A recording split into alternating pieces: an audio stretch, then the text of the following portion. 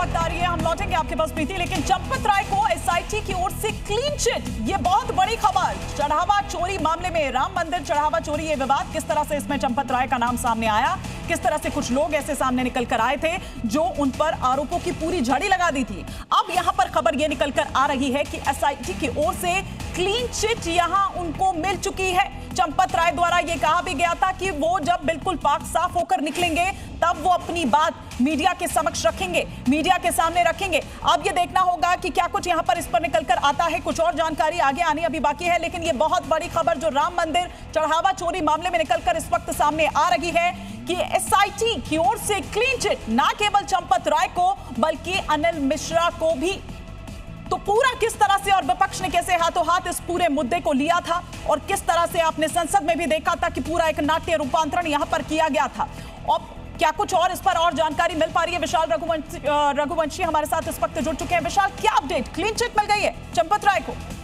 देखिए, जो रिपोर्ट दी गई है उसमें इस बात का जिक्र किया गया है कि 8 आरोपी जो है उन्होंने ही इस पूरी घटनाक्रम को अंजाम दिया था। और सबसे बड़ी बात है कि इस पूरे मामले में जो रिपोर्ट है उसमें सूत्रों के अनुसार ये बात निकल के आ रही है कि अनिल मिश्रा और जो चंपत राय है उनकी कोई भूमिका चंदा चोरी में नहीं पाई गई है। चूंकि एसआईटी जांच कर रही थी चंदा चोरी की, तो ऐसे में चंदा चोरी में इन दोनों की भूमिका नहीं पाई गई है। और इसी वजह से अब ये कहा जा सकता है कि एसआईटी जो है उसकी जो रिपोर्ट है वो अब ट्रस्ट को सौंप दी गई है। हालांकि एक बात स्पष्ट कर दें कि ये जो रिपोर्ट है ये रिपोर्ट पुरानी एसआईटी की है, क्योंकि नई एसआईटी का गठन कोर्ट के निर्देश के बाद हुआ था। तो ऐसे में अब जो है ये पुरानी जो तो अगर आप पुराने रिपोर्ट की बात कर रहे हैं तो उसमें तो इनिशियल रिपोर्ट में तो अनिल मिश्रा का नाम था, लेकिन यहाँ एसआईटी तो उनको क्लीन चिट देती हुई नजर आ रही है। विशाल, नहीं, देखिए उसमें ये बात निकल के आई थी क्योंकि उस वक्त दस्तावेजों का सत्यापन किया जा रहा था और इनिशियल रिपोर्ट में अनिल मिश्रा के करीबियों की जिक्र किया गया था।